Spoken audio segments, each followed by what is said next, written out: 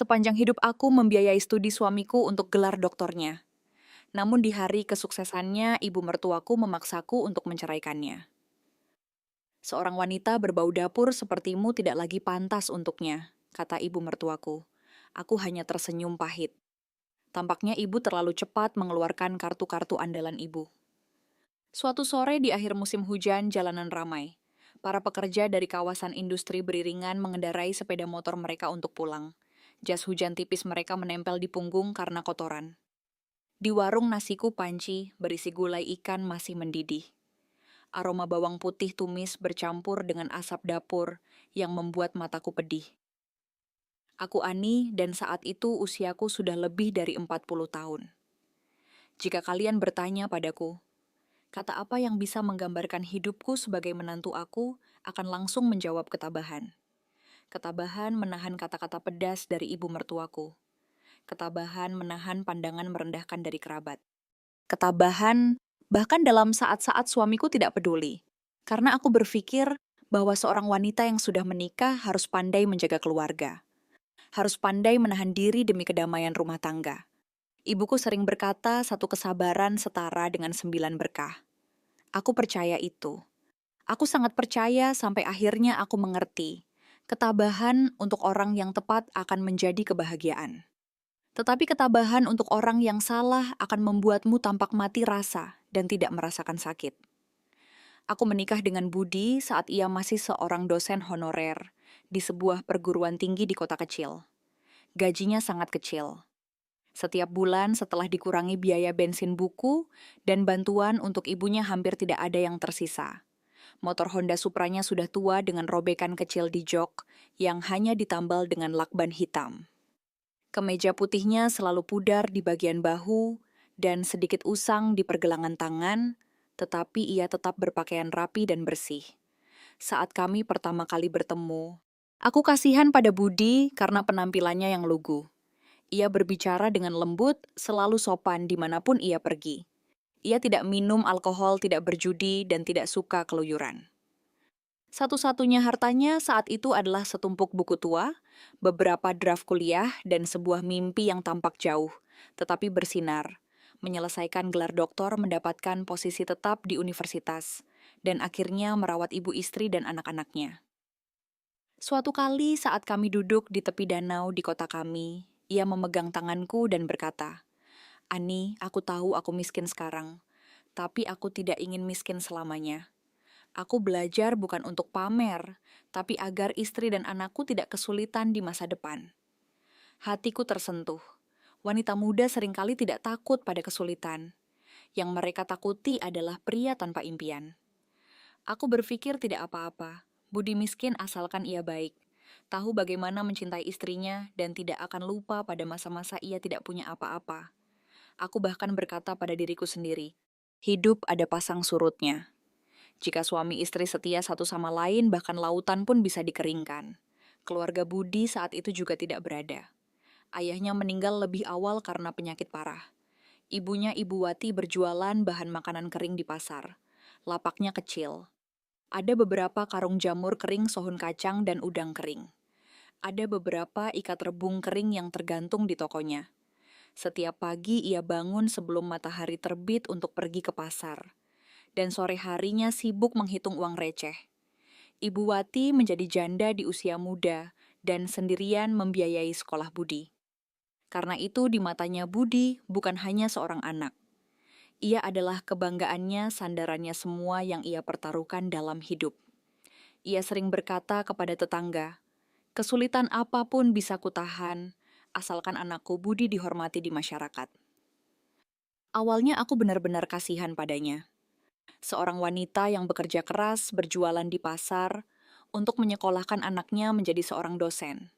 Sulit membayangkan ada kebahagiaan di sana. Ketika aku menjadi menantunya, aku berjanji pada diriku sendiri akan menghormatinya seperti ibuku sendiri. Apapun yang ia katakan aku ikuti. Apapun yang ia butuhkan aku lakukan. Dalam acara keluarga bersih-bersih, aku selalu yang pertama, tidak menunggu disuruh.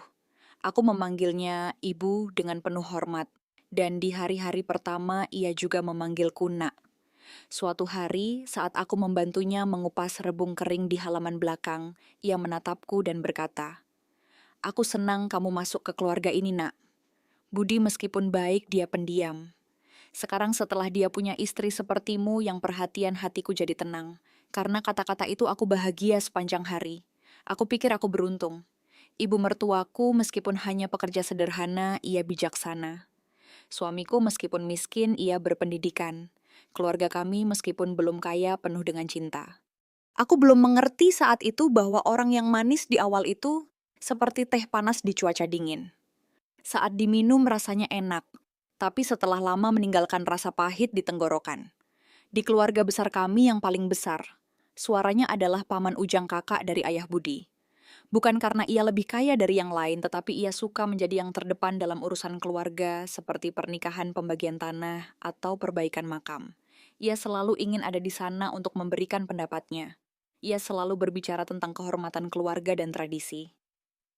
Di hari pernikahan kami, Paman Ujang menepuk bahu Budi dan berkata dengan keras di tengah halaman, "Budi adalah yang paling berpendidikan di antara kita. Kamu harus memberikan kehormatan bagi nenek moyang kita. Istrimu juga harus pandai menjaga diri. Jangan biarkan istrimu mempermalukanmu." Aku mendengar itu dan hanya menunduk sambil tersenyum. Saat itu aku pikir wajar saja dinasihati oleh yang lebih tua. Sebagai menantu, wajar jika mereka ingin aku menjadi baik. Aku tidak menyangka bahwa kata-kata "jangan biarkan istrimu mempermalukanmu" akan menjadi standar mereka untukku di masa depan. Sebuah standar untuk mengatakan bahwa aku rendah dan untuk mengabaikan semua tahun-tahun di mana aku bekerja keras untuk mengangkat suamiku. Di pasar Ibu Wati memiliki seorang teman dekat bernama Ibu Marni. Lapak mereka bersebelahan dan mulutnya lebih cepat dari tangannya. Ia tahu semua gosip dan bahkan yang belum terkonfirmasi pun, ia ceritakan seolah-olah itu benar. Awalnya ia sangat menyukaiku. Setiap kali melihat kami, ia memujiku. "Rajin sekali Ani ini Wati, rumahmu jadi terang sejak dia datang." Tapi pujian dari seorang penggosip setipis kulit bawang. "Hari ini ia memujimu, besok nadanya bisa berubah jika ada sesuatu yang lebih menarik untuk dibicarakan." Aku tidak memperhatikannya saat itu. Aku hanya berpikir ini pasar, wajar saja ada obrolan. Seperti angin yang lewat. Setelah pernikahan kami, hidup kami tidak mudah. Budi mengajar, dan aku membantu ibuku dengan beberapa usaha kecil, sambil merencanakan untuk membuka warung nasi. Orang tuaku tidak kaya, tetapi mereka mencintai anak mereka. Ayahku berkata, "Kalian berdua lebih baik punya usaha sendiri daripada mengandalkan gaji suamimu. Kalau kamu rajin, Nak, kami akan bantu dengan sedikit modal." Aku menangis mendengar kata-kata ayahku. Seorang wanita yang sudah menikah dan memiliki orang tua yang mendukung hatinya lebih kuat. Tapi pikiranku sederhana saat itu. Aku pikir modal itu juga untuk keluarga suamiku, agar kami memiliki fondasi untuk maju. Di tahun pertama, aku tidak pernah hitung-hitungan dengan Budi.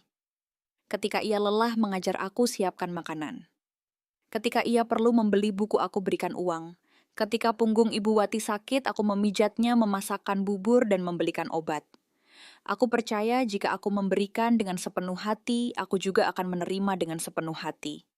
Budi saat itu masih mencintaiku. Suatu hari saat aku menyajikan makanan, ia menarik kursi untukku dan tersenyum. "Apapun yang aku capai suatu hari nanti, sebagian besar adalah karenamu." Aku menjawab dengan bercanda, "Bagian apa?" "Asal kamu ingat saja gulai ikan hari ini agak asin, itu sudah cukup." Ia tertawa dan aku juga tertawa. Tawa sepasang suami istri miskin saat itu terasa ringan.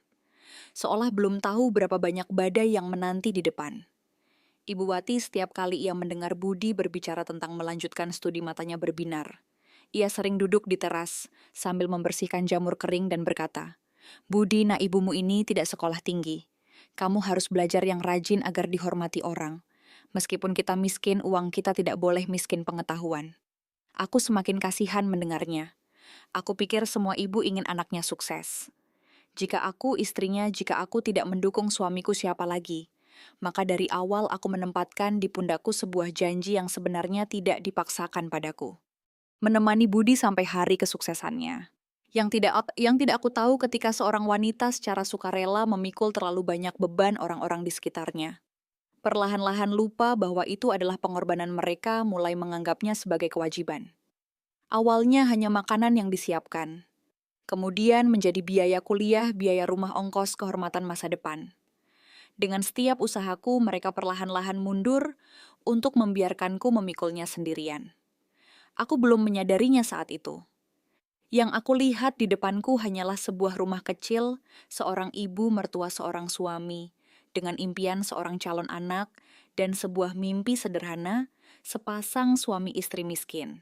Tetapi saling mencintai, dan suatu hari nanti, langit tidak akan meninggalkan mereka yang berusaha.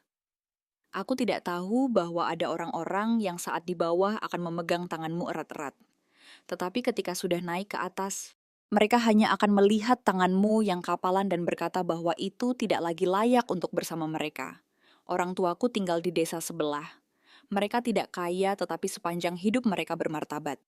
Ayahku dulu sopir truk.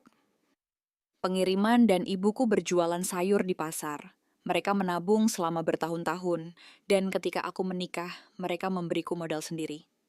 Ayahku meletakkan buku tabungan di tanganku dan perlahan berkata, "Ani, kami tidak punya banyak yang bisa kami berikan padamu. Tapi seorang wanita yang sudah menikah harus punya uang sendiri. Bukan untuk bersaing, tapi untuk saat-saat dibutuhkan kamu bisa berdiri di atas kakimu sendiri." Aku mengangguk tetapi pikiranku masih sederhana.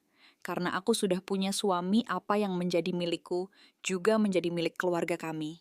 Aku tidak menyangka kata-kata ayahku itu akan terus terngiang di pikiranku, di masa depan seperti penyesalan terakhir. Aku menemukan sebuah tempat kecil di dekat kawasan industri. Disebut tempat, tetapi sebenarnya hanya sebuah rumah tua yang terbuat dari kayu dan seng. Di depan ada ruang berlantai semen dengan atap seng yang rendah. Panas saat siang hari dan berisik seperti wajan yang digebuk saat hujan. Aku bisa menempatkan 7 set meja dan kursi plastik, membeli beberapa panci besar, dan mendirikan sebuah etalase kaca untuk makanan. Ketika aku menggantung papan nama pertama, Warung Nasi Ani, aku memandangnya lama. Catnya masih baru sedikit miring karena dibuat terburu-buru. Tetapi aku sangat menyukainya. Seperti anak sulungku kecil, sederhana tetapi penuh harapan. Di hari-hari pertama aku bangun jam 3.45 pagi. Masih gelap tetapi aku sudah memakai jas hujan dan membawa keranjang ke pasar. Lantai semen pasar dingin dan basah. Penjual ikan duduk menggigil di samping baskom mereka. Penjual sayur memiliki lampu kuning. Aku memilih setiap ikat kangkung, setiap pucuk daun ubi, setiap ikan nila, setiap potong perut babi, dan setiap potong ayam. Terkadang, jika ada kepiting yang bagus, aku membelinya untuk dimasak sayur asem. Saat cuaca dingin, aku memasak ikan pindang dengan sedikit cuka dan jahe. Aku tambahkan sedikit kecap manis agar harum supaya para pekerja punya kuah yang lezat untuk nasi panas mereka. Aku tidak memasak makanan mahal, hanya ayam kecap telur dadar, isi daging giling ikan pindang, tahu tempe bacem sayur asam iga, dan sayur lodeh dengan sambal terasi. Tapi aku memasaknya seolah-olah untuk keluargaku sendiri. Nasi harus pulen, kuah harus panas, dan makanan tidak boleh basi. Aku berkata pada diriku sendiri, orang-orang ini bekerja sepanjang hari di pabrik. Makan siang yang layak sudah sangat membantu mengurangi kelelahan mereka. Awalnya pelanggan sedikit. Terkadang sepanci penuh ikan tidak terjual. Sore harinya aku harus memisahkan daging ikan dan mencampurnya dengan nasi untuk kami makan bersama Budi. Ia melihatku sangat lelah dan membantu mencuci piring. Aku masih ingat penampilannya saat itu. Lengan kemejanya digulung berdiri di samping wastafel yang penuh busa dan tersenyum. "Masakan istriku enak sekali, pasti pelangganmu akan bertambah. Jangan khawatir, Tuhan tidak akan meninggalkan orang yang rajin." Mendengar itu semua lelahku hilang. Ketika masih miskin, satu kata penyemangat darinya seperti segelas air dingin di siang hari yang terik. Meskipun tidak begitu berharga, itu memberiku kekuatan untuk terus berjalan. Dan benar saja perlahan-lahan pelanggan bertambah. Para pekerja wanita memuji porsi nasi yang banyak, sayuran yang bersih, dan kuah yang pas rasanya. Ada yang bahkan bercanda, "Ani kalau kasih nasi seperti kasih makan tentara." Kalau makan di sini tidak perlu jajan lagi sore hari. Aku tersenyum dan menjawab, harus kenyang supaya kuat lembur. Kalau nasinya sedikit, nanti kalian bilang Ani pelit. Kabar baik mulai menyebar. Dari 7 set meja plastik, aku bisa membeli beberapa lagi. Pagi hari aku menjual bubur, siang hari nasi. Dan sore hari aku menerima pesanan nasi kotak untuk pekerja shift malam. Aku selalu berbau asap bawang dan terasi. Tapi aku bahagia karena uang yang kuperoleh bersih. Setelah 3 bulan aku mempekerjakan Mbak Lastri untuk membantu. Ia lebih tua dariku sekitar 10 tahun, seorang janda, dengan 1 anak yang sedang sekolah kejuruan. Ia cepat jujur dan teliti dalam membuat catatan. Setiap akhir hari ia akan duduk di meja kecil di belakang etalase dan menulis setiap pengeluaran, berapa harga daging sayur gas pendapatan, dan siapa yang berutang beberapa porsi makan. Ia berkata, susah punya warung Ani, pemasukan dan pengeluaran harus jelas. Kalau tidak, meskipun penjualanmu banyak di akhir bulan, kamu tidak tahu uangnya kemana. Aku mengikuti nasihatnya. Izin usaha atas namaku. Kontrak sewa tempat aku yang tanda tangani. Rekening bank tempat pembayaran nasi kotak masuk adalah rekening pribadiku. Saat itu, aku melakukannya hanya karena aku yang langsung mengelola usaha. Bukan karena berpikir untuk membagi mana miliknya dan mana milikku. Dalam pikiranku, suami istri adalah satu. Dokumen-dokumen itu hanya untuk mempermudah bisnis. Budi sampai saat itu masih sering datang ke warung setelah selesai mengajar. Ia duduk di sudut dekat pintu membuka laptopnya dan menyiapkan materi kuliah. Kadang-kadang jika banyak pelanggan, ia akan berdiri untuk menyendokkan kuah mengambil piring atau membantu pelanggan memarkir kendaraan mereka. Para pekerja wanita menggodanya. Pak dosen, ternyata bisa juga ya bantu istri menghidangkan makanan. Ia tersenyum malu. Kalau saya tidak bantu, nanti malam saya bisa disuruh tidur di luar sama istri. Seluruh warung tertawa. Sambil menyendok kuah aku meliriknya dan hatiku sehangat nasi yang baru matang. Saat itu aku benar-benar percaya bahwa aku telah menikahi orang yang tepat. Suatu malam setelah kami membersihkan warung Budi, duduk lama di samping kasir. Ia melihat daftar pendapatan dan pengeluaran, lalu menatapku dengan ragu. Ani, aku ingin melanjutkan studi. Aku mengelap tangan di lap dan bertanya, maksudmu melanjutkan? Aku ingin belajar bahasa asing dan mengambil ujian masuk sekolah pasca sarjana. Kalau aku lolos, aku akan mengambil program PhD. Aku tahu ini akan sulit dan mahal. Tapi kalau aku tidak belajar, aku akan tetap menjadi dosen honorer. Terlalu tidak pasti. Nanti kalau kita punya anak, aku tidak mau istri dan anakku khawatir tentang setiap rupiah. Aku terdiam. Bukan karena aku tidak mau menyekolahkan suamiku, tetapi karena aku mengerti bahwa kata doktor itu tidak ringan. Bukan hanya beberapa buku dan beberapa kelas. Ini tentang biaya kuliah, materi ongkos makanan dan seminar. Ini adalah bertahun-tahun di mana istri harus mencari nafkah sambil menunggu kesuksesan suaminya.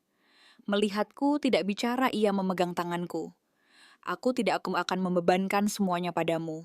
Aku akan mencoba mengambil kelas tambahan mengerjakan riset. Yang aku butuhkan hanyalah kamu percaya padaku. Kata-kata yang aku butuhkan hanyalah kamu percaya padaku. Saat itu sangat lembut. Itu menyentuh hati seorang istri muda yang masih penuh harapan. Aku melihat sekeliling warung kecil itu atap seng yang rendah meja dan kursi plastik yang baru saja dilap dan masih basah. Dan aku berpikir, jika aku tidak mendukung suamiku sekarang, dan jika ia gagal di masa depan, apakah aku akan menyesal? Aku bertanya padanya, kalau kamu sudah lulus, nanti apakah kamu akan melupakan hari ini? Budi menatapku seolah tersinggung. Pertanyaanmu lucu sekali. Tanpa kamu bagaimana mungkin ada masa depan untuk aku lupakan? Aku percaya. Aku percaya tanpa ragu. Sejak hari itu, warung nasiku tidak hanya memberi makan kami berdua dan ibu mertuaku. Warung itu juga mulai memberi makan sebuah mimpi yang lebih besar. Setiap porsi nasi yang terjual, setiap nasi kotak yang diantar setiap pagi, aku berdiri di tengah asap yang membuat mataku pedih. Aku berkata pada diriku sendiri, aku sedang menyumbang setiap batu bata untuk masa depan suamiku. Ketika Ibu Wati mendengar bahwa Budi ingin mengambil gelar doktor, ia sangat senang. Ia berlari ke warung dan sebelum sempat duduk, ia sudah berkata, dia harus belajar, nak. Budi ini punya otak sayang kalau tidak dilanjutkan. Ani, bersabarlah dulu. Kalau laki-laki sudah punya nama istri dan anak juga akan ikut merasakan manfaatnya. Aku membuatkannya segelas air dan dengan hormat menjawab, "Iya Bu, aku juga berpikir begitu. Kalau dia punya mimpi, kita harus mendukungnya." Ibu Wati mengangguk-angguk. Tetapi apa yang ia katakan selanjutnya membuatku berhenti. Aku sudah susah seumur hidup. Sekarang aku hanya bergantung padanya. Kalau dia jadi dokter, seluruh keluarga kita akan terangkat derajatnya. Ia berkata, seluruh keluarga kita tetapi matanya hanya tertuju pada Budi. Dan aku orang yang akan begadang dan bangun pagi untuk mencari uang untuk perjalanan panjang itu. Seolah hanya bayangan di sampingnya. Aku melihat itu tetapi mengabaikannya. Ketika kamu masih mencintai seseorang, kamu pandai mencari alasan untuk hal-hal yang menyakitimu. Aku pikir ibu mertuaku hanya sangat mencintai anaknya karena itu ia berkata begitu. Sebagai menantu, mengapa aku harus mempermasalahkan setiap katanya? Jadi aku mencurahkan diriku pada pekerjaan. Api di tungku warung menyala sejak dini hari. Kuah yang mendidih, daging yang digoreng, teriakan pelanggan catatan Mbak Lastri, di buku tulis panggilan telepon dari Budi yang mengatakan ia perlu membeli materi. Semua bercampur aduk dan menjadi ritme hidupku. Saat itu aku belum tahu bahwa jalan yang akan aku tempuh tidak hanya panjang, tetapi juga penuh duri. Terutama aku tidak tahu bahwa warung kecil yang atas namaku, yang kuanggap sebagai dayung untuk membantu suamiku, menyeberangi sungai, akan menjadi sesuatu yang ingin mereka rebut dariku dan anakku. Sejak Budi mulai belajar untuk ujian masuk sekolah pascasarjana, rumah kecil kami seolah memiliki jam yang tak terlihat. Pagi hari ia mengajar, sore hari ia langsung ke perpustakaan, dan malam hari ia sibuk dengan buku bahasa asingnya. Aku melihatnya kurus karena begadang, dan hatiku penuh kekhawatiran dan cinta. Suatu malam ia meletakkan di depanku selembar kertas dengan daftar biaya yang harus dibayar kelas bimbingan bahasa asing, biaya ujian, biaya pendaftaran ongkos ke Jakarta, untuk bertemu profesornya dan beberapa set materi khusus. Totalnya lebih dari 5 juta rupiah. Bagi sebuah warung nasi yang baru buka ini seperti batu besar yang diletakkan di dadaku. Budi menatapku dan berbisik. Mungkin aku tunda saja dulu setahun. Aku menggeleng. Jangan ditunda. Kalau ada kesempatan harus diambil. Soal uang biar aku yang urus. Malam itu aku berbaring membelakanginya mata terbuka lebar. Aku masih harus memikirkan pembayaran ke pemasok sewa tempat sudah dekat, dan Ibu Wati punya rematik dan butuh obat. Setelah berpikir lama, aku diam-diam membuka sebuah kotak kayu di lemari. Di dalamnya ada sepasang anting emas pemberian ibuku di hari pernikahanku. Keesokan harinya, aku membawa anting itu ke toko perhiasan di kota. Setelah ditimbang, pemiliknya mengatakan harganya 85 juta rupiah. Tanganku gemetar saat memegang uang itu. Aku merasa seperti memotong sepotong cinta yang diberikan orang tuaku. Aku memasukkan uang itu ke dalam amplop dan memberikannya kepada Budi. Ia bertanya dari mana aku mendapatkan uang secepat itu. Aku hanya tersenyum dan berkata, "Penjualan hari ini bagus. Bayar saja cepat supaya tidak terlambat." Ia menatapku sejenak, mungkin sudah menebak dan memegang tanganku. "Utang budiku padamu besar sekali." Aku menjawab dengan bercanda. "Kalau punya utang bayar dengan rumah dan mobil. Kalau tidak cukup dengan mencuci piring 1 jam setiap hari." Ia tertawa dan aku juga tertawa. Saat itu tawa kami masih murni. Ibu Wati tahu tentang ini sore itu ketika ia melihatku menyimpan kwitansi penjualan emas di laci. Aku tidak menyembunyikannya darinya. Ia terdiam sejenak dan menghela napas. "Kamu memang sayang sekali sama suamimu." Hanya itu, sebuah kalimat yang netral. Bukan ucapan terima kasih, bukan juga rasa kasihan. Beberapa hari setelahnya, ada acara peringatan hari kematian kakek Budi. Kerabat datang lebih awal.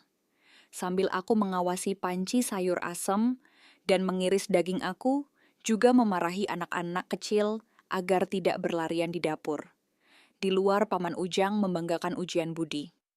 "Kalau Budi jadi dokter keluargaku, keluarga kita akan beruntung.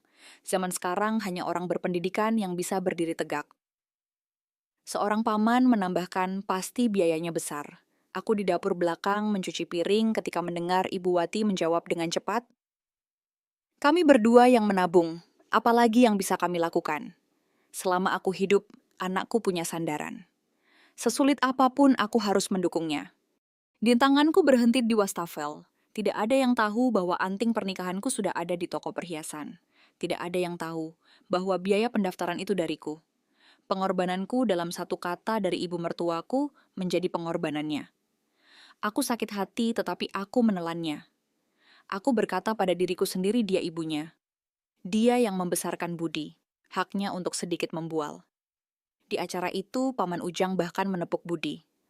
Budi, kamu harapan keluarga kita. Kalau kamu sekolah tinggi, kamu harus menjaga kehormatanmu. Bahkan dalam berpakaian dan keluargamu, kamu harus rapi.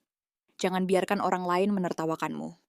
Aku membawa nampan berisi lumpia dari dapur dan mendengar itu. Aku menunduk. Kata keluarga yang ia katakan bersifat umum, tetapi matanya dengan cepat mendarat di bajuku yang berbau asap. Ibu Marni yang duduk di teras menyeringai. Kalau pendidikan anakmu sudah tinggi yang bergaul dengannya, pasti orang kaya semua. Kalau istrinya begitu saja selalu sibuk di warung, nanti bisa dibilang tidak serasi. Budi mendengar itu tetapi tidak berkata apa-apa, ia hanya tersenyum paksa. Malam itu setelah membereskan piring Budi, masuk ke dapur dan memberiku segelas air hangat. Hanya 3 kata, kamu lelah. Tapi itu sudah cukup untuk melunakkan semua sakit hatiku. Aku menatapnya. Kalau ada yang bertanya padamu dari mana uang sekolahmu kuharap, kamu bilang ada sedikit bantuan dari istrimu. Ia memegang tanganku. Aku tahu, aku tidak akan pernah melupakan bantuanmu. Aku percaya pada janji itu seperti aku percaya nasi yang kumasak setiap hari akan matang. Aku tidak tahu bahwa ada janji-janji yang diucapkan saat masih di bawah terdengar tulus. Tetapi ketika sudah naik, mudah sekali dilupakan. Budi menerima kabar bahwa ia lulus sekolah pasca sarjana, suatu pagi di awal musim kemarau. Ia meneleponku dan karena saking senangnya aku bisa mendengar napasnya yang terengah-engah. Ani, aku lulus. Aku sedang berdiri di depan wajan menggoreng ayam. Dan minyak panas muncrat ke tanganku. Tapi mendengar itu aku lupa rasa sakitnya. Aku tersenyum seolah menang lotre. Benarkah hebat sekali keluarga kita punya harapan? Aku berkata keluarga kita, karena saat itu aku benar-benar percaya bahwa surat penerimaan itu bukan hanya untuknya. Itu adalah hadiah untuk malam-malam ia begadang belajar, dan juga hadiah untuk hari-hari di mana aku menghemat setiap rupiah dari warung kecilku. Tapi kebahagiaan itu tidak berlangsung lama. Tagihan-tagihan datang berturut-turut. Uang pangkal buku-buku ongkos ke Jakarta, untuk bertemu profesornya, biaya sewa tempat tinggal, dan biaya mencetak proposal tesisnya. Semua masuk akal tetapi jika dijumlahkan membuat pusing. Warung nasiku saat itu sudah lebih banyak pelanggan. Aku sudah menerima pesanan nasi kotak untuk sebuah pabrik garmen di dekat kawasan industri. Setiap hari selain yang makan di tempat aku, harus menyiapkan lebih dari 100 nasi kotak yang harus diantar tepat waktu. Sebelum jam 4 pagi, aku sudah di pasar mata masih kabur karena kurang tidur. Tapi tanganku sudah sibuk memilih ikan sayur dan menawar setiap ikat bawang.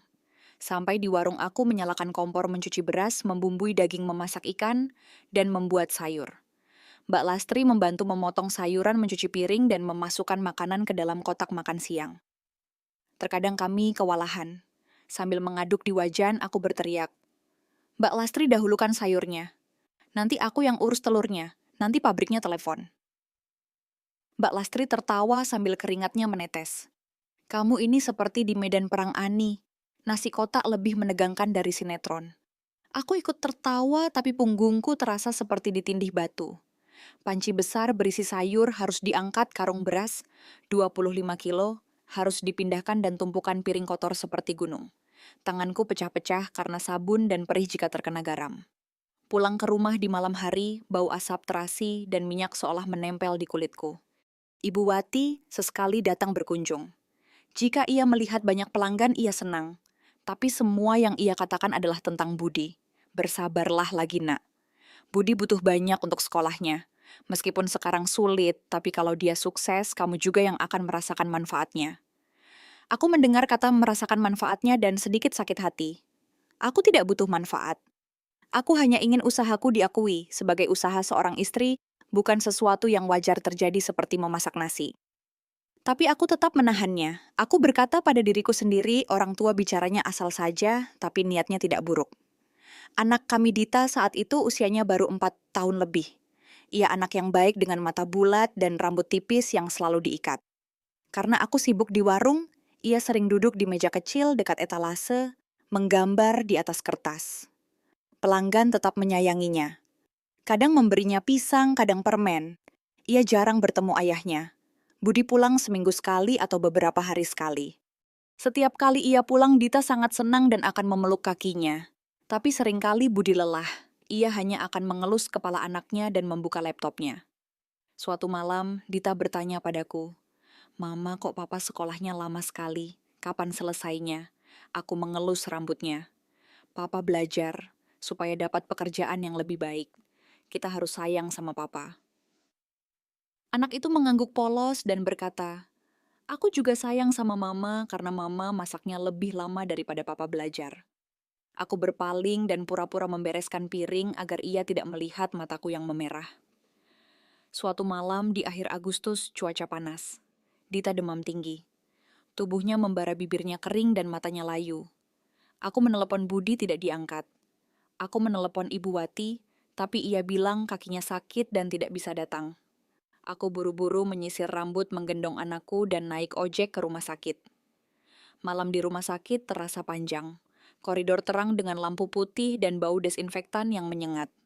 Aku duduk memeluk Dita di kursi plastik, satu tangan mengipasinya, dan satu tangan memegang botol infus.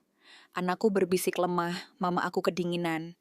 Aku menyelimutinya dengan selimut tipis dan berbisik, "Mama di sini. Dokter sudah suntik, kamu nanti demamnya turun." Menjelang pagi, kondisinya membaik. Aku bersandar di dinding, mataku perih karena semalaman tidak tidur. Teleponku bergetar. Budi. Aku sangat senang mengira ia menelepon balik karena panggilan tak terjawabku. Tapi begitu aku menjawab, ia berkata dengan cepat, "Ani bisa kirimkan aku uang. Aku harus bayar seminar hari ini. Kalau terlambat, slotku hilang." Aku terdiam sejenak. Aku melihat Dita yang terbaring di ranjang masih dengan jarum infus di tangannya. Di sakuku hanya tersisa kurang dari 500.000 rupiah setelah membayar uang muka rumah sakit. Rasanya ada yang menyumbat tenggorokanku. Budi bertanya di seberang sana, "Kamu dengar aku buru-buru." Aku menjawab lemah, "Dita di rumah sakit sejak semalam." Ia terdiam sejenak dan suaranya melembut tapi masih tergesa-gesa. "Bagaimana keadaannya? Parah apa kata dokter?" "Masih harus diobservasi." "Oh, coba rawat dia baik-baik ya. Tapi seminar ini penting, Ani. Kalau aku bisa presentasi rekam jejak risetku akan lebih baik. Tolong urus ini dulu." Mendengar itu hatiku seperti diremas. Di satu sisi, anakku yang sulit bernapas di ranjang. Di sisi lain, impian suamiku. Aku ingin berkata, "Pulanglah untuk anakmu." Tapi yang keluar dari mulutku adalah, "Berapa yang kamu butuhkan?" Ia menyebutkan jumlahnya. Aku memejamkan mata dan menjawab, "Nanti kukirim." Setelah menutup telepon, aku duduk lama. Air mata tidak tumpah, hanya mengalir diam-diam di leherku. Aku menelepon Mbak Lastri. Suaraku serak. "Mbak, boleh aku pinjam uang dulu akhir minggu nanti, kalau warung sudah dapat tagihan aku ganti." Mendengar aku di rumah sakit bersama anakku, ia khawatir. "Kamu ini bagaimana, anakmu sakit, tapi kamu masih mikirin kirim uang untuk suamimu?" Ini aku tersenyum paksa. "Urusannya mendesak, aku bisa mengatasinya." Ia terdiam sejenak dan berkata, "Akan kukirimkan padamu. Tapi Ani mencintai suami itu baik. Tapi jangan sampai karena terlalu cinta kamu melupakan dirimu sendiri." Kata-kata itu menusukku, tapi aku masih mencoba menghindarinya. Aku menerima uang yang dikirim Mbak Lastri dan segera mengirimkannya kepada Budi. Notifikasi transaksi berhasil muncul di layar. Belum sampai 1 menit ia mengirim SMS balasan. "Sudah diterima, terima kasih." Hanya itu, tidak bertanya apakah demam Dita sudah turun. Tidak bertanya apakah aku punya uang untuk sarapan. Tidak bertanya bagaimana aku membawa anakku ke rumah sakit. Aku menatap SMS itu dan tiba-tiba merasakan dinginnya rumah sakit. Kata orang suami adalah sandaran. Tapi malam itu saat aku duduk di koridor memeluk tas berisi pakaian kotor, aku mengerti bahwa ada wanita yang meskipun punya suami, masih harus menjadi tiang penyangga bagi hidup mereka sendiri. Keesokan harinya Dita sudah lebih baik. Ia bangun dan menatapku. Mama apa? Papa tahu aku sakit. Aku mengelus pipinya dan tersenyum paksa. Oh iya nak, Papa hanya sibuk belajar tapi dia sayang kamu. Setelah mengatakan itu, aku merasakan pahit di mulutku.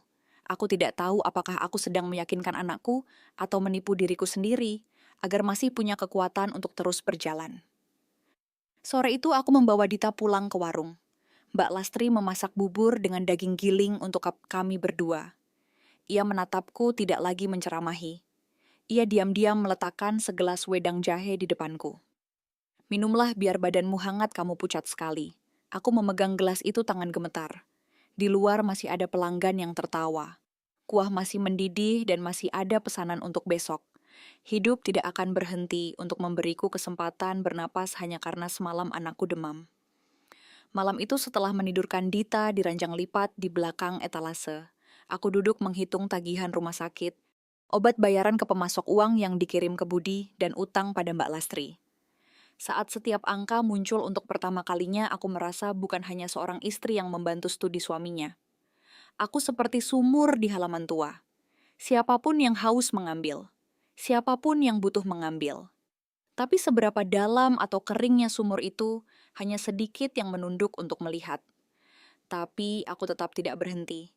Aku berkata pada diriku sendiri, setelah kesulitan ini, Budi pasti akan mengerti.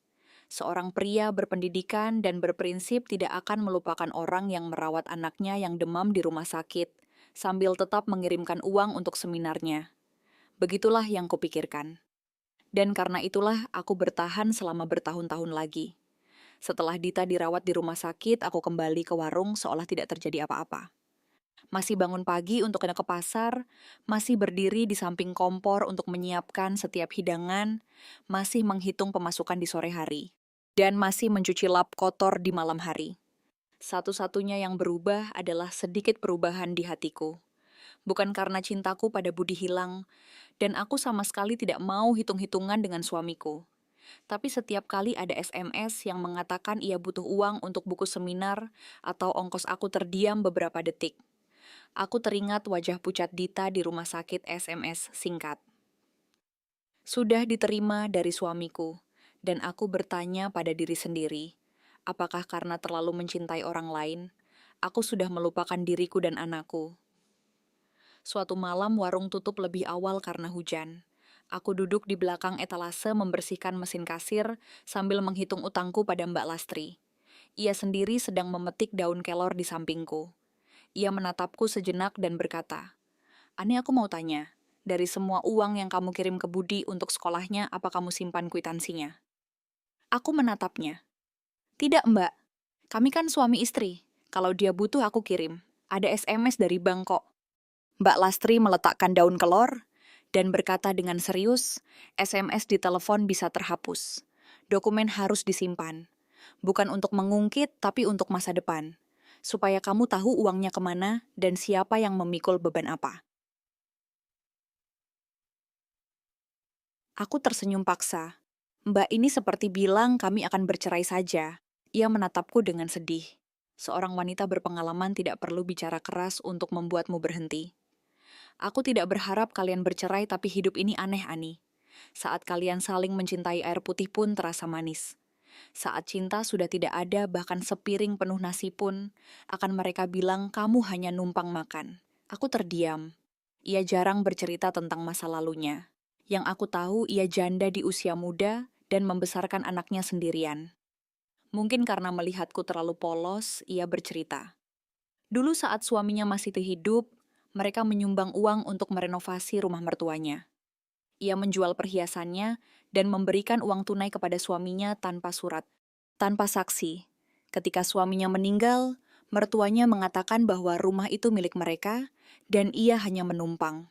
Perhiasan yang ia jual, kata mereka, ia habiskan secara sukarela untuk suaminya dan tidak ada yang memaksa. Akhirnya ia pergi membawa anaknya tanpa apa-apa. Ceritanya pelan tapi setiap kata menusuk dada.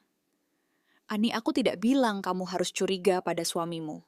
Tapi kita para wanita saat mencintai harus pandai meninggalkan jejak kaki kita. Kalau tidak saat mereka lewat, mereka akan melihat ke belakang dan berkata, kamu bahkan tidak pernah berjalan bersama mereka. Aku melihat tanganku yang pecah-pecah di antara jari kuku, berwarna kunyit kulit kapalan karena memegang panci panas. Aku berjalan bersama Budi menggunakan tangan ini, tetapi jika aku tidak mencatatnya, jika aku tidak menyimpannya, akankah ada yang percaya di masa depan? Malam itu, setelah menidurkan Dita, aku membuka lagi teleponku. Aku mengambil tangkapan layar dari setiap kiriman uangku ke Budi. Pembayaran uang pangkal sewa setiap kali di Jakarta, pembelian buku biaya seminar saat anakku sakit. Aku mencetaknya di sebuah tempat fotokopi dekat pasar dan mengumpulkannya berdasarkan bulan. Awalnya aku malu. Memegang kertas-kertas itu, aku merasa seperti istri yang perhitungan. Tapi kata-kata Mbak Lastri terngiang lagi, uang tidak merusak hubungan, hanya orang yang tidak jujur yang takut pada hitam di atas putih. Sejak saat itu aku mulai menyimpan semuanya. Kwitansi pembelian laptop untuk Budi aku simpan. Kwitansi pembayaran kuliah aku simpan. Tiket busnya, kwitansi pengiriman uang SMS yang meminta uang, semua aku cetak atau foto. Utang di bank untuk warung yang sebagian digunakan untuk mendukung studinya aku tulis dengan jelas di sebuah buku catatan. Mbak Lastri membantuku membuat buku catatan terpisah. Di sampulnya tertulis kata-kata kecil studi Budi. Aku tidak memberitahunya bukan karena aku menyembunyikan sesuatu, tapi karena aku takut ia akan sedih, mengira aku mulai hitung-hitungan. Aku tetap rutin mengirim uang, menanyakan makanannya, dan mengingatkannya untuk menjaga kesehatan. Tapi SMS Budi semakin singkat. Terkadang aku mengirim Rp800.000 untuk sewa dan buku jawabannya hanya, sudah diterima. Aku menunggu berharap ia akan bertanya bagaimana kabar Dita, apakah pelanggan banyak, apakah aku lelah. Tapi layar itu hening. Aku hanya bisa tersenyum pada diriku sendiri dan meletakkan telepon. Terkadang seorang wanita tidak sedih karena kurangnya hadiah besar, tetapi karena sebuah pertanyaan kecil yang tidak lagi ia terima. Berbeda lagi dengan Ibu Wati. Jika Budi menelepon butuh uang, ia akan segera datang ke warung. Ani, Budi sedang dalam tahap kritis. Coba kamu usahakan. Sayang semua jerih payahnya kalau studinya terputus. Sambil mengelap keringat, aku tetap menjawab, iya Bu, aku tahu. Ia melihat sekeliling, melihat banyaknya pelanggan, ia mengangguk. Penjualan warungmu bagus ya, itu rezeki keluarga. Ada berkah karena ada pelanggan, dan berkah itu karena Budi berpendidikan dan dibimbing oleh leluhur. Aku mendengar itu dan peganganku pada sendok mengencang. Warung ini adalah modal dari orang tuaku. Ini adalah hasil dari aku bangun pagi dan begadang. Ini adalah hasil dari bantuan Mbak Lastri mencuci tumpukan piring. Tapi di mulut ibu mertuaku itu menjadi keberuntungan keluarga mereka berkah karena anaknya yang berpendidikan. Aku ingin menjawab tapi aku hanya menggigit bibir. Berdebat pun meski menang tak ada gunanya, hanya akan membuat suasana makan jadi tidak enak.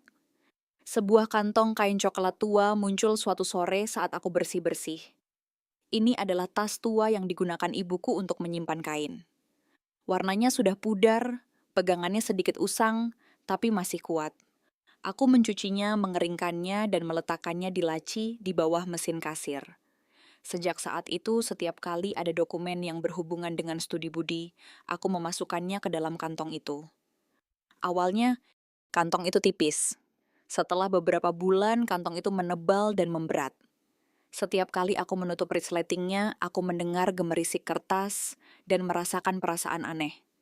Ini bukan emas atau perak, tapi ini keringatku. Ini adalah pagi yang dingin di pasar malam-malam. Dita tertidur di kursi plastik, saat-saat aku tidak membeli baju baru, hanya agar suamiku punya uang untuk membeli materi. Suatu kali, Dita melihatku memasukkan kertas ke dalam kantong dan bertanya, Mama, apa isi kantong itu kok dijaga sekali? Aku mengelus kepalanya. Isinya adalah hari-hari di mana Mama bekerja keras. Ia tidak mengerti. Ia hanya tersenyum dan berlari keluar untuk bermain dengan kucing. Sambil melihatnya hatiku melembut. Benar, aku menyimpannya bukan untuk bersaing dengan Budi. Aku menyimpannya karena kami juga butuh perlindungan. Orang bisa lupa tapi kertas tidak berbohong. Malam itu Budi menelepon. Ia bilang ia harus lebih sering ke Jakarta untuk proposal tesisnya, dan mungkin akan lebih jarang pulang. Aku bertanya apakah ia lelah, jawabnya, lelah tapi sudah biasa. Urus saja warungnya baik-baik supaya ibu tidak khawatir. Aku terdiam sejenak. Aku tidak tahu kenapa kata-kata supaya ibu tidak khawatir terasa lebih berat dari wajan di atas kompor. Ia tidak bilang jangan terlalu lelah. Ia tidak bilang jaga dirimu. Pengingatnya hanya agar aku tidak membuat ibunya khawatir. Tapi aku tetap menjawab lemah, baik kamu belajar saja yang rajin. Setelah telepon ditutup, aku duduk lama di warung yang lampunya hampir mati. Di luar hujan. Di dapur, ayam kecap sudah dingin, minyaknya mulai membeku di atasnya. Mbak Lastri lewat dan melihatku diam. Ia meletakkan tangannya di bahuku. Kamu sedih, aku menggeleng. Tidak, Mbak. Aku hanya berpikir di hari kesuksesannya nanti apakah ia masih akan ingat hari ini. Mbak Lastri menghela napas. Orang baik akan ingat. Orang yang tidak. Bahkan jika kamu ingatkan, dia akan bilang kamu perhitungan. Aku tidak menjawab. Aku hanya menarik laci dan melihat kantong kain coklat yang tergeletak diam di sana. Saat itu, aku masih berharap tidak perlu menggunakannya. Aku berharap semua kertas itu akan menjadi kenangan saat-saat kami sulit sebagai suami istri. Aku berharap suatu hari nanti ketika Budi sudah menjadi dokter, aku akan membuka kantong itu dan tersenyum padanya. Lihat, kita berhasil melewati semua ini. Begitulah aku berharap dengan sepenuh hati. Tapi hidup seringkali tidak berjalan sesuai harapan kita. Ada hal-hal yang kita simpan karena takut dilupakan, tapi pada akhirnya itu menjadi bukti agar orang lain tidak bisa menyangkal. Di tahun keempat, studi Budi memasuki tahap yang ia sebut kritis. Ia bilang feedback profesornya bagus untuk topik penelitiannya. Jika ia mendapat kesempatan untuk program pertukaran ke luar negeri, rekam jejaknya akan lebih baik. Aku tidak mengerti semua istilah teknis itu. Yang aku mengerti hanya butuh uang lagi. Malam itu ia pulang malam yang hujan di bulan Maret, jaketnya basah. Setelah meletakkan tasnya, ia langsung duduk di meja makan. Suaranya bercampur antara gembira dan khawatir. Ani ada kesempatan program pertukaran ke luar negeri selama 4 bulan. Tidak semua orang mendapatkannya. Kalau aku bisa ikut peluang risetku dipublikasikan lebih besar, dan sidangku akan lebih mudah. Aku sedang menuang sayur asem ke dalam mangkuk tanganku berhenti. Butuh biaya besar. Ia terdiam sejenak, lalu memberiku selembar kertas berisi daftar biaya tiket pesawat, biaya program asuransi sewa tempat tinggal, biaya hidup, dan biaya penerjemahan dokumen. Aku melihat totalnya dan dadaku terasa sesak. Meskipun ia bilang ada bantuan yang bisa didapat, sisa biayanya masih jauh di atas kemampuan warung nasiku. Aku tidak langsung menjawab. Aku meletakkan mangkuk sayur asem di depannya dan mencoba menjaga suaraku tetap normal. Makan dulu nanti dingin. Ia menatapku, tahu aku khawatir. Tapi alih-alih menenangkan hatiku, ia hanya menghela napas. Aku tahu kamu sudah kesulitan. Tapi kalau aku lewatkan kesempatan ini akan sulit terulang lagi. Kata-kata itu seperti kail yang menancap di hatiku. Yang paling ditakuti seseorang adalah kata kesempatan.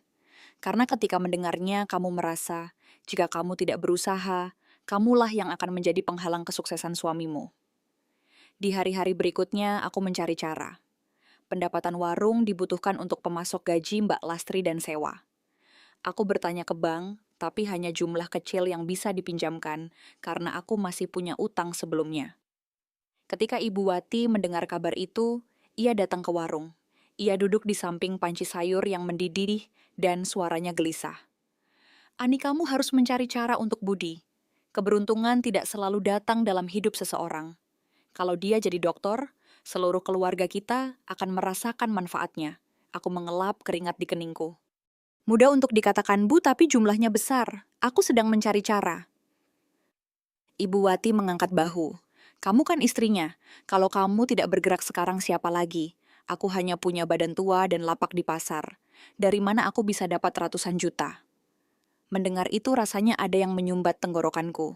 Benar ia tidak punya uang, tapi kenapa setiap kali butuh uang kata terakhir selalu jatuh di pundakku, seolah itu adalah kewajiban. Pulang ke rumah aku membuka kotak tempat aku menyimpan dokumen pribadiku.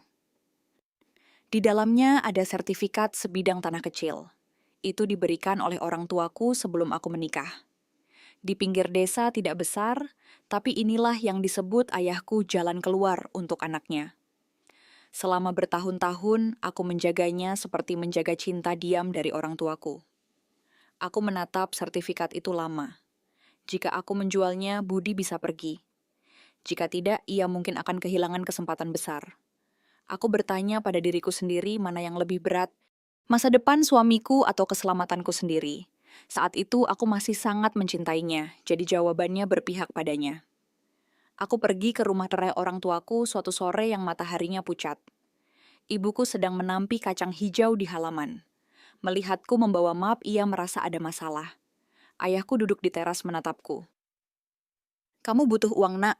Sebelum aku sempat bicara, mataku sudah memerah. Orang tuaku terdiam lama setelah aku menjelaskan. Ibuku berpaling dan mengusap matanya dengan ujung daster. Tangan ayahku gemetar saat menuang teh. "Tanah itu untukmu, bukan karena kami pelit, tapi karena seorang wanita yang sudah menikah tetap butuh sandaran jika badai datang." Aku menunduk. "Aku tahu, Pak.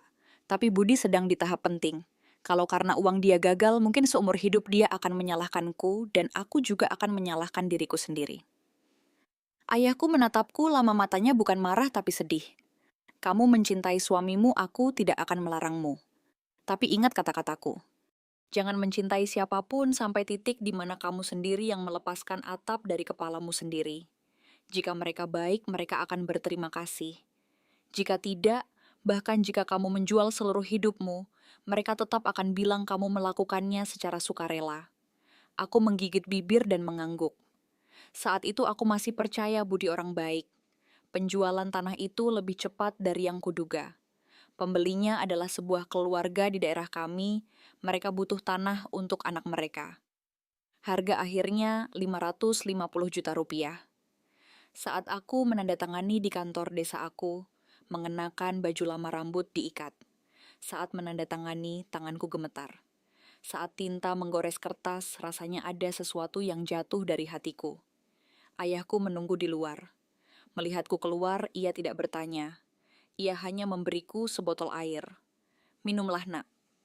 Aku menerimanya dan tersenyum paksa. "Jangan khawatir, Pak. Kalau Budi sukses, nanti kami akan beli tanah lagi." Ia tidak menjawab. Ia menatap jalanan berdebu dan berbisik. "Satu-satunya harapanku adalah mereka tidak melupakan apa yang kamu jual hari ini." Aku berpaling dan tanpa sadar, air mataku menetes. Setelah menerima uang, aku tidak memberikannya seluruhnya kepada Budi. Aku mengirimnya sedikit demi sedikit, sesuai kebutuhannya, untuk membeli tiket pesawat, biaya program sewa bulan pertama, dan uang saku. Setiap pengiriman aku memfoto kwitansinya, mencetaknya, dan memasukkannya ke dalam kantong kain coklat. Di samping setiap kertas, aku menulis dengan pulpen biru dari penjualan tanah pribadi. Saat Budi menerima uang, ia mengirim SMS. "Sudah diterima, terima kasih." Aku menatap SMS itu dan berkata pada diriku sendiri, mungkin dia sibuk menyiapkan dokumen, makanya tidak banyak SMS. Seorang wanita yang masih ingin percaya, mampu membuat sinyal kedinginan menjadi kesibukan. Di hari keberangkatannya, aku tidak bisa pergi ke bandara, karena ada pesanan nasi kotak besar. Aku bangun jam 3 pagi untuk memasakkannya ayam goreng lengkuas dan nasi goreng. Aku juga membungkus beberapa mie instan, barangkali ia tidak terbiasa dengan makanan di sana. Sambil menarik kopernya keluar, Dita berlari dan memeluk kakinya. "Papa lama ya perginya." Ia mengelus kepala anaknya. "Hanya 4 bulan. Nak, jadi anak baik ya sama mama." Aku berdiri di belakang berharap ia akan memelukku erat, tapi ia hanya menepuk bahuku. "Jaga ibu dan Dita ya. Nanti aku SMS." Aku mengangguk. Gerbang tertutup, suara roda koper perlahan hilang di pagi yang berkabut. Selama 4 bulan itu, aku terus berjualan, membayar utang, merawat anak, dan mengunjungi Ibu Wati. Budi mengirim beberapa foto di depan universitas, di perpustakaan, di sebuah acara bersama rekan-rekan internasionalnya. Sambil melihat foto-foto itu, aku merasa bangga sekaligus asing. Di foto ia mengenakan setelan jas dengan ID konferensi dan tersenyum percaya diri. Sementara aku saat itu berdiri di tengah dapur, bajuku terkena cipratan, kecap rambutku basah oleh keringat, dan memegang sebuah sendok sayur. Panggilan telepon semakin jarang. Awalnya ia masih bercerita tentang makanan cuaca dan orang-orang di sana. Akhirnya SMS-nya hanya beberapa baris. Sibuk besok ada presentasi. Saat ia kembali, aku mengira ia akan langsung ke warung untuk menemui kami dan bercerita, tapi ia mampir dulu ke rumah meninggalkan koper, dan langsung ke universitas untuk bertemu profesornya. Malam harinya ia baru pulang ke warung. Dita sangat senang dan memeluknya. Ia menggendong anaknya sebentar menurunkannya dan berkata, "Ia lelah." Aku menyajikan makan malamnya gulai ikan sayur bening. Kelor dan sambal terong semua favoritnya dulu. Ia makan beberapa suap dan meletakkan sendok garpunya. Sekarang aku sudah terbiasa makan yang tidak terlalu asin. Masakanmu ini agak asin. Aku berdiri di sampingnya dan tiba-tiba rasanya ada yang menyumbat tenggorokanku. Aku tidak tahu apakah masakanku benar-benar asin atau apakah hati manusia setelah perjalanan panjang menjadi hambar. Malam itu setelah ia tidur, aku membuka laci dan melihat kantong kain coklat yang semakin tebal. Di dalamnya ada surat-surat penjualan tanah, sesuatu yang dulu menjadi jalan keluarku. Aku meletakkan tanganku di atas kantong itu dan berkata, pada diriku sendiri aku melakukan hal yang benar. Siapapun yang naik di keluarga semua akan ikut naik. Tapi di lubuk hatiku ada kegelisahan kecil yang mulai tumbuh. Kecil saja seperti bara di bawah abu. Aku tidak berani meniupnya karena takut ia akan menyala dan menjadi kebenaran yang belum sanggup aku hadapi. Sekitar sebulan lebih setelah Budi kembali aku menyadari ia telah berubah. Bukan dalam cara berpakaian atau berjalan. Wajar jika seseorang yang baru pulang dari luar negeri dan mengalami lingkungan baru menjadi lebih memperhatikan diri sendiri. Aku tidak cukup picik untuk cemburu hanya karena kemeja baru atau sedikit parfum. Aku bahkan senang berpikir bahwa karena pendidikannya yang tinggi dan pergaulan yang luas wajar jika ia menjadi lebih presentabel. Tapi perubahannya ada di matanya. Dulu saat ia masuk ke warung dan melihatku memasak, ia akan tersenyum. Kadang jika banyak pelanggan, ia akan menggulung lengan kemejanya untuk menyajikan makanan atau bercanda dengan para pekerja. Tapi sekarang setiap kali ia lewat, ia akan berdiri dulu di pintu selama beberapa detik keningnya berkerut, seolah takut bau minyak menempel di bajunya. Suatu siang, saat aku sedang mengangkat kangkung rebus, ia masuk mengenakan kemeja biru muda baru dengan kancing mengkilap. Aku menyapanya dengan gembira. Sudah mau makan. Aku sisakan ayam kecap dan sayur asem. Ia melihat sekeliling warung. Ada beberapa pekerja yang sedang makan, suara sendok dan garpu beradu berisik, dan kipas angin berderu. Aroma terasi yang ditumis dengan tomat dan daging babi harum. Tapi keningnya berkerut. Pelankan suaramu, berisik sekali. Aku terdiam. Ini warung nasi bagaimana bisa sunyi, seperti perpustakaan orang-orang ini setelah seharian bekerja makan sambil bercerita tentang pabrik anak-anak tentang lembur.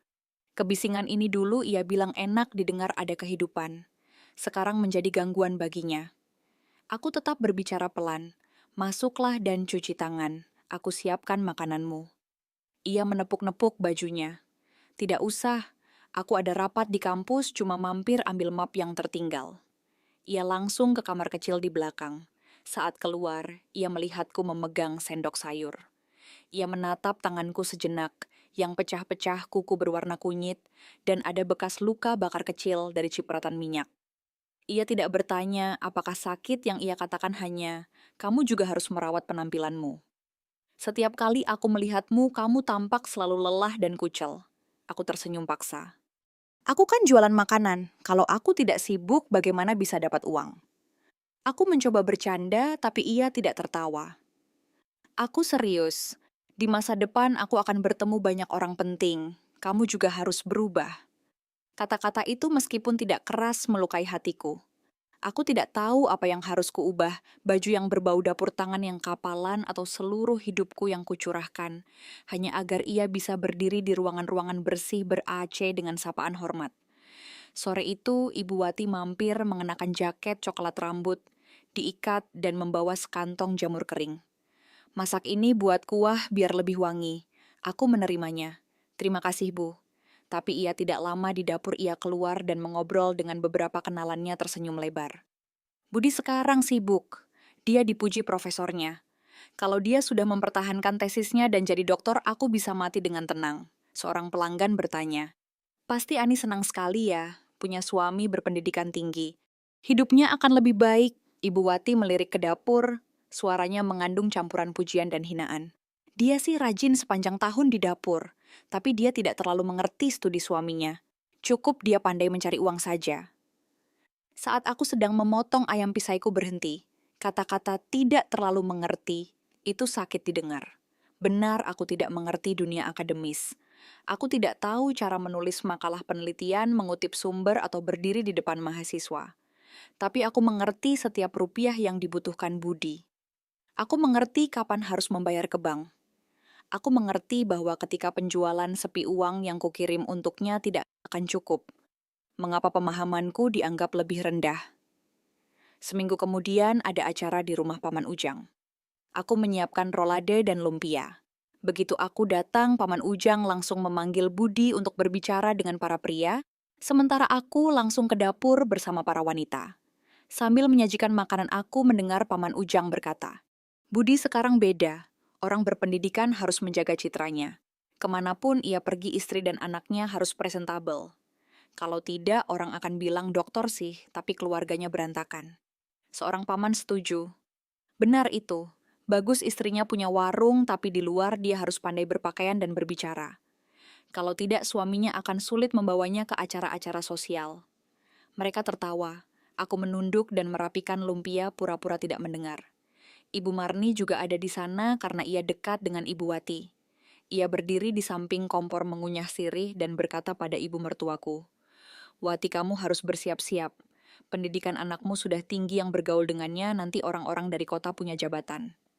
Kalau istrinya selalu di dapur, bau minyak itu bisa merusak citra Budi. Ibu Wati menghela napas. Itu juga yang kupikirkan. Tapi kalau aku bicara nanti dibilang mertua jahat. Mendengar itu rasanya ada yang menyumbat tenggorokanku. Bau minyak di tubuhku. Dari mana asalnya? Dari wajan-wajan ayam kecap yang kujual agar punya uang untuk kukirim ke Budi. Bau asap di rambutku untuk siapa? Karena pagi-pagi aku bangun sebelum matahari terbit untuk memasak setiap nasi kotak yang mendukung mimpi suamiku. Dan sekarang ini menjadi alasan untuk merusak citranya. Setelah acara selesai, Budi mengantarku pulang. Jalanan gelap di kedua sisi ada sawah. Angin dingin. Aku duduk di belakangnya dan bertanya pelan. Kamu dengar apa yang dikatakan Paman Ujang dan Ibu Marni tadi? Ia terdiam sejenak. Ada benarnya juga, kata orang tua. Aku tersenyum pahit. Benarnya itu adalah menghina istrimu yang berbau dapur. Ia menghela napas. Ani, jangan sensitif. Aku hanya ingin kamu lebih berhati-hati. Lingkunganku sekarang berbeda. Ada rapat seminar pesta di universitas. Tidak bisa sembarangan. Aku bertanya, jadi kamu akan membawaku? Motor sedikit oleng. Ia tidak langsung menjawab. Keheningannya lebih jelas dari sebuah pengakuan. Setelah beberapa saat, ia berkata, mungkin kamu tidak akan nyaman. Pembicaraan mereka teknis semua. Mungkin kamu akan merasa tidak nyambung. Aku menatap sawah yang gelap. Aku ingin mengatakan meskipun aku tidak mengerti pembicaraan teknis, aku mengerti sopan santun. Meskipun aku tidak berbicara tentang akademis, aku tahu cara menyapa dengan hormat. Meskipun aku tidak mengenakan pakaian mahal, aku tidak pernah melakukan apapun yang akan membuatnya malu. Tapi aku tidak bicara. Sakit hatiku membuatku bungkam. Yang bisa kukatakan hanya, baiklah. Sejak saat itu, Budi jarang membawaku. Terkadang ada pesta akhir tahun universitas mereka. Aku mendengarnya menelepon untuk memesan meja. Aku bertanya, perlu aku siapkan kemejanya? Jawabnya, tolong setrika saja. Aku ada acara dengan departemen. Aku menunggu ia berkata, ikutlah. Tapi tidak ada. Ia hanya menyuruhku menyetrika kemeja putih dan menyiapkan sepatunya. Dita yang sedang belajar di meja menengadah. Papa ada pesta. Kenapa Mama tidak ikut? Kadsin Budi terdiam. Mama sibuk di warung. Anakku menatapku. Mama kan selalu sibuk di warung, tapi Papa tidak pernah mengajak. Pertanyaan polos anak itu membuat seluruh ruangan hening. Aku mengelus kepalanya. Belajar saja, Dita. Ini urusan orang dewasa. Budi mengambil teleponnya dan keluar menghindari tatapanku. Malam itu saat ia pulang dari pesta, ada bau parfum lain di bajunya. Bau restoran, bau Aceh. Sementara aku baru saja membersihkan warung masih berbau asap. Ia lewat dan berkata, "Mandilah, kamu bau makanan." Aku berdiri di tengah halaman. Dulu ia akan memelukku dari belakang saat aku memasak, mengatakan bahwa bau rumah adalah favoritnya. Sekarang bau itu ia benci. Aku masuk ke kamar mandi dan melihat diriku di cermin. Wanita di cermin itu rambutnya acak-acakan, ada lingkaran hitam di bawah mata, baju usang, dan tangan kapalan. Aku menyentuh wajahku dan merasa asing pada diriku sendiri. Apakah aku sudah terlalu mengabaikan diriku sendiri? Atau apakah hati orang di sampingku yang telah berubah, sehingga kemanapun ia melihatku tidak cukup? Aku tidak langsung menyalahkannya. Aku masih mencoba mengerti. Aku pikir mungkin ia hanya stres karena studinya. Mungkin ia hanya ingin aku menjadi lebih rapi. Mungkin ia hanya tidak pandai bicara. Wanita ketika masih mencintai pandai menjahit. Sebuah kata tak acuh dari suami dijahit menjadi kelelahan. Sebuah tatapan dingin dijahit menjadi tekanan.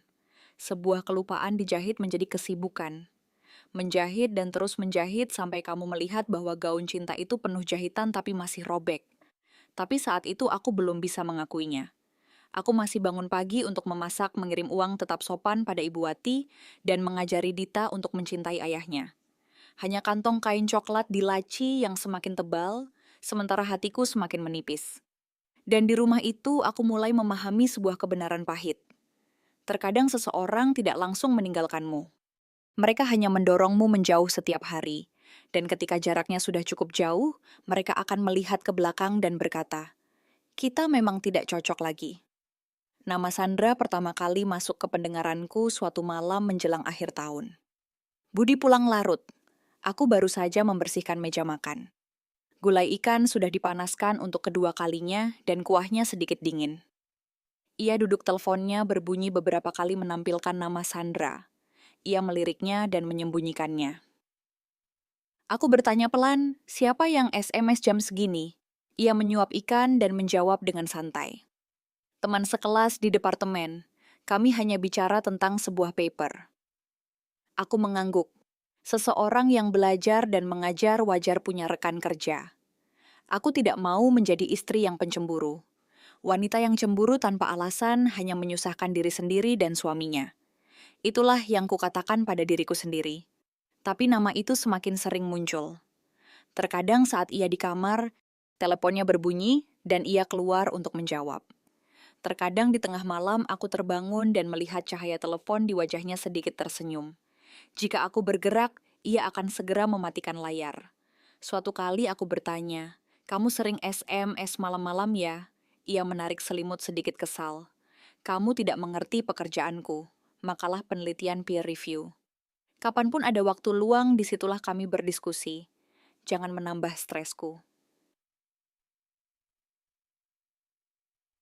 Aku terdiam. Sejak ia sekolah tinggi, kata-kata "kamu tidak mengerti" menjadi seperti penutup untuk semua pertanyaanku.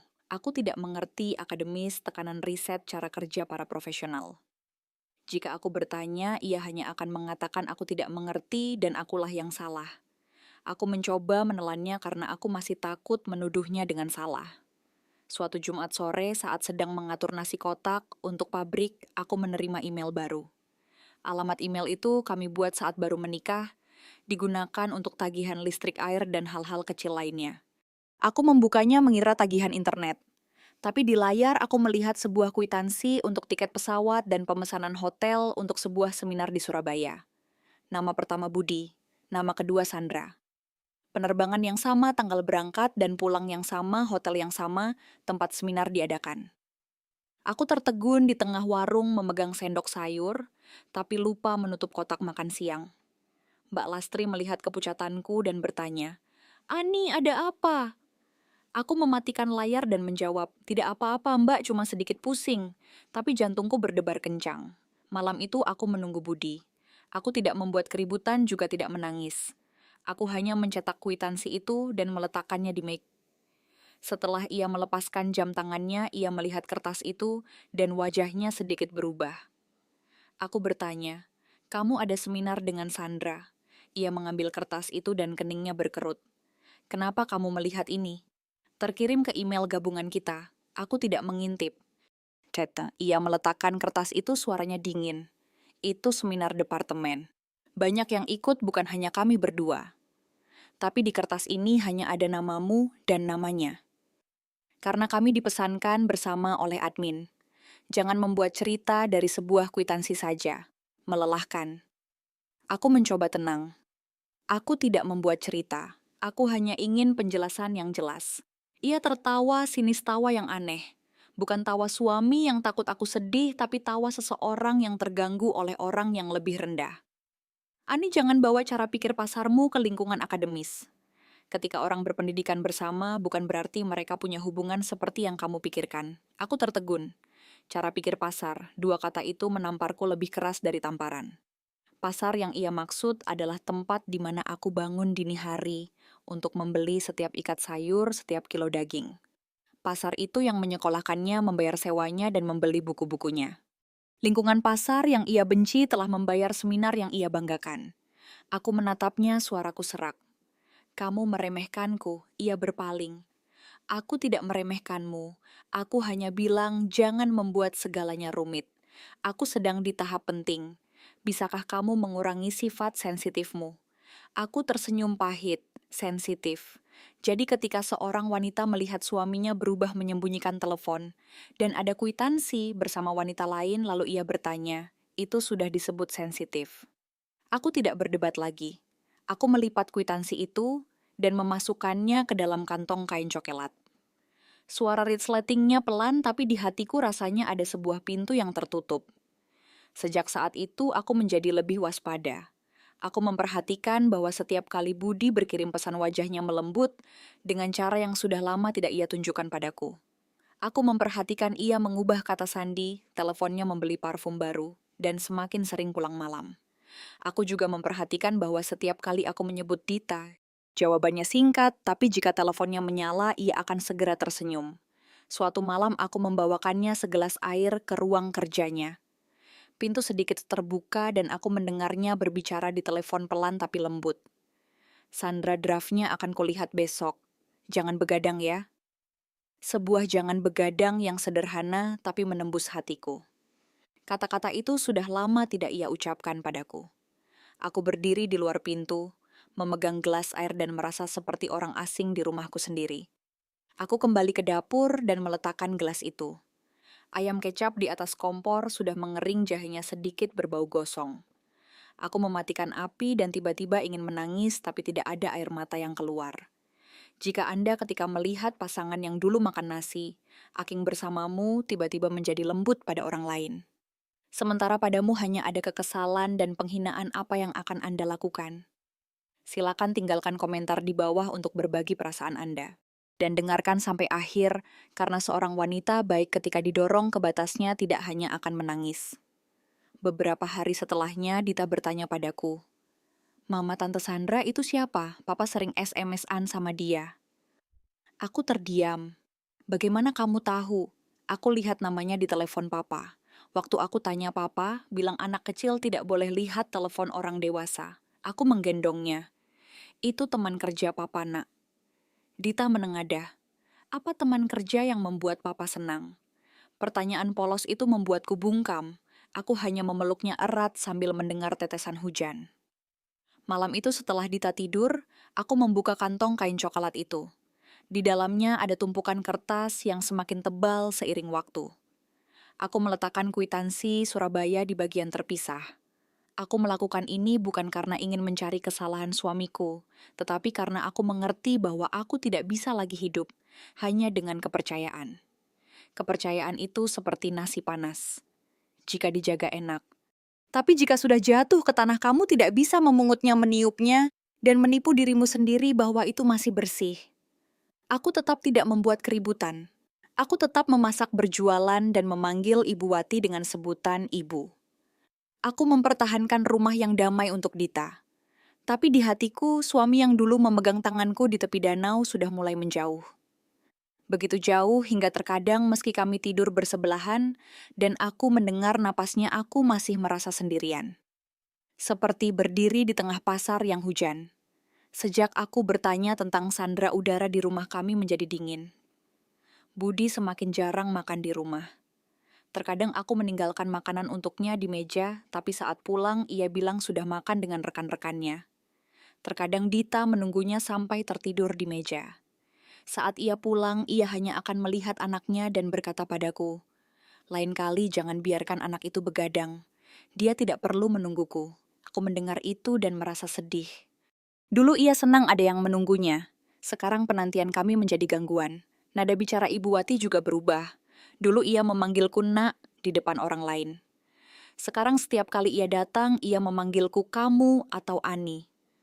Perubahan sederhana itu menjauhkan kami. Aku tetap sopan karena kupikir aku tidak melakukan kesalahan apapun. Tapi semakin aku bertahan, semakin ia keterlaluan. Suatu sore setelah jam sibuk, Ibu Wati datang mengenakan jaket hitam. Begitu masuk, ia berkata, "Tutup dulu pintunya." Aku mengelap tanganku dan menyuruh Mbak Lastri untuk membeli sayur dulu. Ibu Wati duduk dan mengeluarkan selembar kertas terlipat. "Baca ini dan tanda tangani." Aku mengambilnya. Sebuah surat perjanjian tulisan tangan. Jika aku dan Budi punya masalah, aku secara sukarela tidak akan menyebutkan uang yang kuhabiskan untuk studinya, agar tidak merusak kehormatan dan masa depannya. Membaca itu aku merasa dingin. Kenapa ibu menyuruh saya menandatangani ini? Ia menatapku. Kebaikan di matanya sudah hilang. Untuk melindungi kehormatan keluarga, Budi akan segera sidang. Apapun yang terjadi di antara kalian, kamu tidak bisa menggunakan uang itu untuk menghancurkannya. Aku meletakkan kertas itu. Saya tidak pernah bilang akan menghancurkan Budi, tapi uang yang saya keluarkan adalah kenyataan.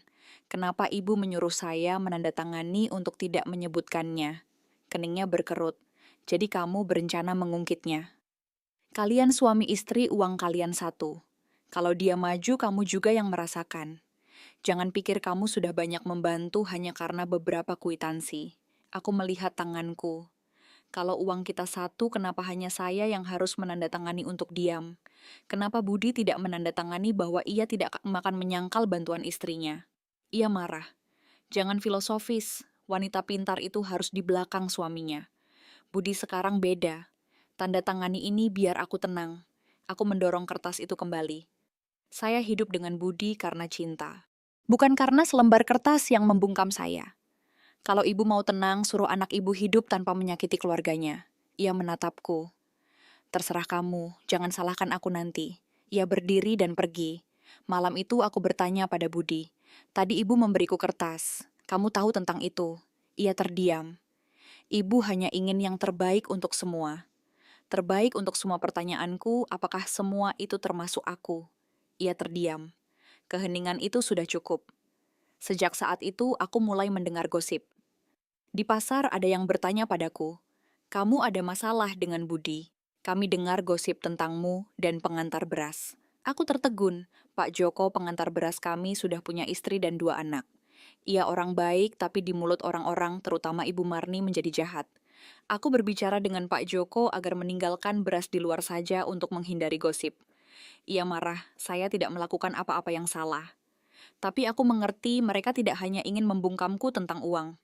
Mereka juga ingin merusak kehormatanku agar jika Budi meninggalkanku, orang-orang akan berkata, mungkin dia juga melakukan sesuatu yang salah. Setiap malam aku menulis gosip-gosip itu. Aku tidak membuat keributan. Aku mengerti untuk menghentikan kebohongan kamu, harus menghadapinya di waktu dan tempat yang tepat. Bertengkar di pasar hanya akan memberi mereka lebih banyak bahan untuk dibicarakan. Dulu aku bertahan demi kedamaian rumah tangga. Sekarang aku mengerti bahwa rumah itu hanya tinggal atap, dan di dalamnya mereka sudah bersiap-siap mendorongku keluar. Jika aku tetap diam, bukan hanya suami dan kehormatan yang akan hilang, tapi juga mata pencaharian anakku. Aku menambahkan salinan kertas yang diberikan Ibu Wati ke dalam kantong coklat. Hatiku dingin, tapi pikiranku lebih jernih. Aku tidak mau berkelahi, tapi jika mereka sudah menyiapkan pisau, aku tidak bisa hanya berpaling dan berpura-pura baik. Jawaban atas pertanyaanku datang suatu sore. Ibu Lani, pemilik pabrik garmen, menelepon. Ani, apa kalian ganti rekening bank untuk pembayaran makanan? Soalnya Budi SMS katanya pembayaran harus dikirim ke rekeningnya. Aku terdiam. Warung ini aku yang dirikan, aku pemiliknya. Tapi suamiku menyuruh pembayaran dialihkan kepadanya. Tidak, Bu. Boleh saya minta tangkapan layar SMS-nya? Ia mengirimkannya. Tolong pindahkan pembayaran ke rekening saya. Saya suami Ani. Saya yang akan mengelola warung agar lebih profesional. Mengelola, kata itu menyakitkan. Aku berbicara dengan Budi menanyakan di mana izin usaha. Aku bilang ada di aplikasi. Aku tersenyum. Tidak ada yang salah dengan dokumen, tapi apapun yang berhubungan dengan kontrak dan rekening bank harus melalui saya. Kamu tidak bisa begitu saja menyuruh Bulani mengganti rekening. Wajahnya berubah. Bulani memberitahumu. Dia hanya melakukan yang benar. Kontraknya atas namaku. Aku hanya ingin membantumu menjadi lebih profesional. Caramu ini kuno. Warung kuno inilah yang menyekolahkanmu, jawabku. Dulu saat atapnya masih bocor, kamu tidak bilang ini kuno. Baru sekarang setelah menghasilkan. Ia pergi dengan marah. Aku tahu kecurigaanku benar. Keesokan harinya aku berbicara dengan pemilik tempat. Ia bilang Budi juga berbicara dengannya tentang memindahkan kontrak ke namanya. Di sebuah map yang tertinggal oleh Budi, aku menemukan surat kuasa palsu dengan tanda tanganku yang memberinya wewenang untuk mengelola warung. Saat itulah aku mengerti segalanya. Ia tidak hanya ingin meninggalkanku, ia juga ingin mengambil mata pencaharian anakku. Di hari Budi menelepon bahwa ia telah lulus sidang PhD-nya. Aku tidak menangis karena bahagia. Aku merasakan sebuah ruang hampa yang besar di hatiku. Mereka menyiapkan perayaan besar. Ibu Wati mengundang semua orang Paman Ujang yang mengorganisir. Aku tetap yang mengurus makanan, membelikan setelan jas baru untuk Budi dan gaun baru untuk Ibu Wati. Ani, kamu di dapur saja. Banyak tamu dari universitas. Di dapur lebih mudah, jadi kamu tidak perlu memperkenalkan istrimu yang jualan makanan pada profesormu, tanyaku. Ia terdiam. Hari perayaan tiba, rumah penuh tamu. Ibu Wati tersenyum, Paman Ujang membual. Aku di dapur menyiapkan makanan. Di tengah pesta, Ibu Wati memanggilku. Ani, keluarlah. Aku keluar berbau dapur mengenakan pakaian sederhana. Di depan semua orang, ia mengeluarkan selembar kertas, surat cerai. Budi sekarang seorang doktor, kalian tidak cocok lagi. Tanda tangani ini untuk kebaikan semua. Para kerabat setuju.